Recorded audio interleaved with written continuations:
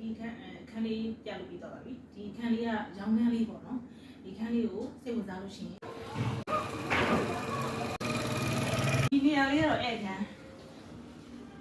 ထဲမှာဆိုရင်ဆိုဖာကုန်း TV စင်နဲ့ဒီမှာ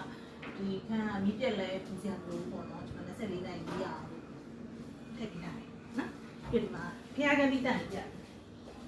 ဖျားကန်တိတန်နော်ဖျားစင်ပါမယ်တရားဆိုရင်ဖက်နဲ့တဲ့နေရာလေးတိတန်ပေါ့နောက်မှလိုင်းလေးနဲ့ထည့်ပြရတယ်နော်ဧကန်ကတဲ့ဆောင်းလိုင်းထဲမှာတက်လို့ပြီးထည့်ပြရတယ်နော်တိမ်အောင်ပြီးပြီးထိုက်ကပြီးအခန်းကျယ်အဲ့ဒီမှာအေကွန်ထည့်ပြရတယ်နော်ပြန်တော့ပြန်ထည့်ပြရမယ်ဒီခန်းနဲ့ကျယ်ဒီခန်းထဲမှာဆိုလဲအဲ့လိုပဲပြင်ပါမယ်ဒီနောက်မှုရတယ်လည်းတော့ထည့်ပြရပြီးဒီအခန်းထဲမှာနောက်ပြီးကျွန်တော်ဒါညော်တာတကားကတော့အခန်းတိုင်းလိုပေါ့နော်ဒီလိုကန်ဆိုအကျယ်ပဲမဲစားဆွဲတွေထည့်ပေးထားတယ်နော်ပြီးစဉ်ဆိုလဲစိုက်ကြည့်လုပ်ပေးထားတယ်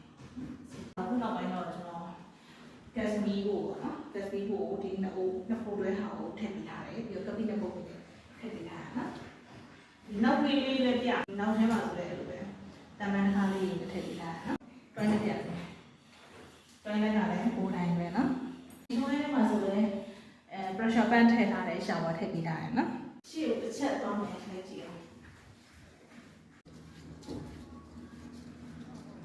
ကျဲပါလေရှေ့ကျဲနော်ကဲအဲ့တော့အခန်းလေးပြတ်လို့ပြီးတော့ပါပြီဒီခန်းလေးကရောင်းမဲ့ခန်းလေးပေါ့နော်ဒီခန်းလေးကိုဒီတောင်းပလာကျိုးတော်ဆောင်ကျမရဲ့မိတ်ဆွေတွေပေါ့နော်တောင်းပလာကျိုးတော်ဆောင်အကိုညီမလေးရှိမှာပမီးရှိလေးရတယ်အကုန်လုံးမှတ်ထားပါရှင်းဟုတ်ကျေးဇူးပါတတားနောက်ခဏတွေ့ပြီနော်